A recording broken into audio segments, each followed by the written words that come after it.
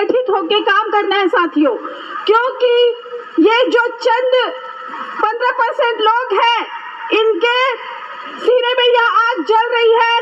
जो बाबा साहब ने संविधान बनाया है उसके लिए, उसे खत्म करने के लिए ये दिन रात एक करके संविधान को खत्म करना चाहते हैं, क्योंकि संविधान ही ऐसा ग्रंथ है कि उसमें हमारे हक अधिकारों को सुरक्षित किया गया है। संविधान है तो हम हैं, संविधान है तो हमारा अस्तित्व है साथियों। Educate, agitate and organise.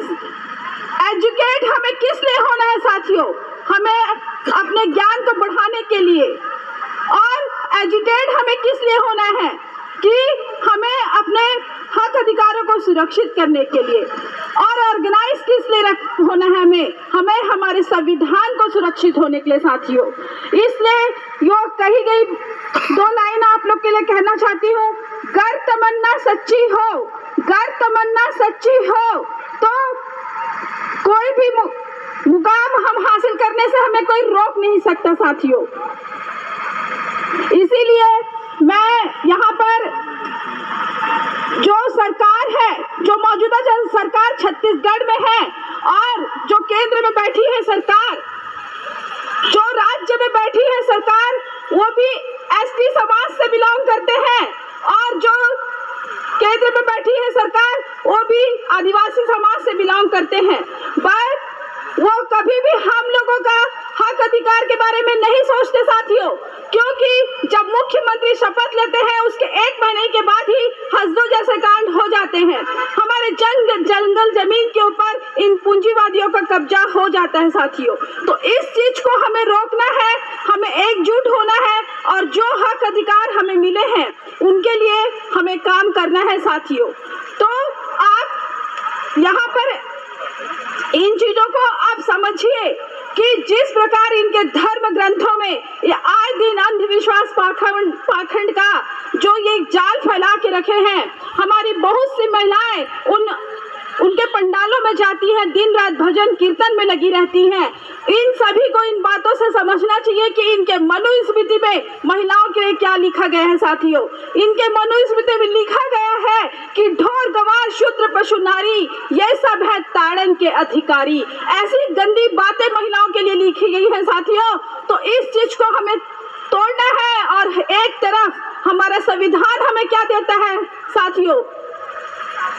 Equality, हमें समानता देती है हमारा संविधान कि अगर वो अमीर का बच्चा भी है तो वो क्लासरूम में एक साथ पढ़ सकता है, अगर वो गरीब का बच्चा भी है तो वो क्लासरूम में एक साथ पढ़ सकता है, उसे वहाँ वो पानी पी सकता है। जबकि बाबा साहब को पानी पीने का भी अधिकार नहीं था जब वो स्कूल जाते थे, लेकिन आज संविधान बना के हमें हर चीज हमारे लिए सुरक्षित करके बाबा साहब ने रख दिया।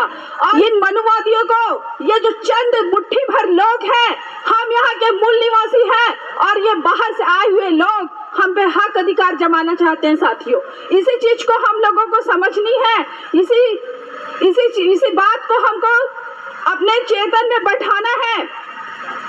आप लोग को एक दोहे के माध्यम से बताऊंगी साथियों कि पराधीनता पाप है, जान ले वो रे मीत, दास पराधीन से कौन करे है प्रीत। इसका तात्पर्य यह है साथियों कि आपको ये जो जब इनके चुनाव होते हैं, जब वोटिंग देने का टाइम आता है तो चंद पैसों और चंद दारू के बोतलों से ये आपके वोट को खरीद लेते हैं साथियों। फिर उसके बाद ये 5 साल आपका शोषण करते हैं साथियों।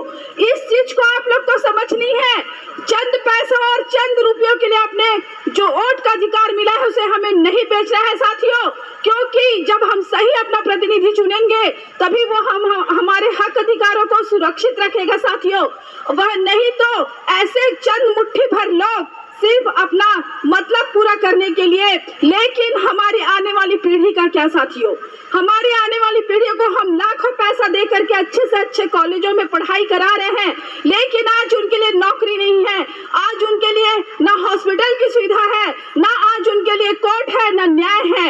आप इनके बातों से इतने ये हो जाएंगे, ये आज जब यहाँ ये छत्तीसगढ़ में भी इन्होंने ऐसे ही काम किए, ऐसे ही कांड किए, उसके बाद जैसे अभी प्रचार हुआ बिहार का, तो नकली वोटर ला करके और फिर से इन लोगों ने सरकार बना दी साथियों।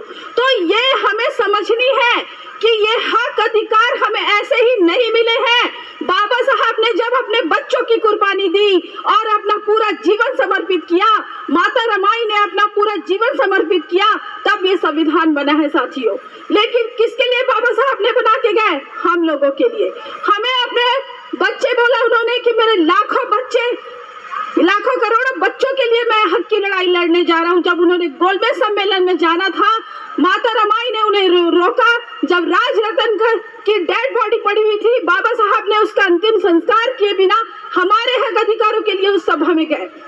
तो ये चीज हमें समझनी है साथियों कि हम अपने, हमारे जो माँ बाप है ना, उन्होंने तो सिर्फ हमें जन्म दिया, लेकिन हमें हक अधिकार किसने दिया?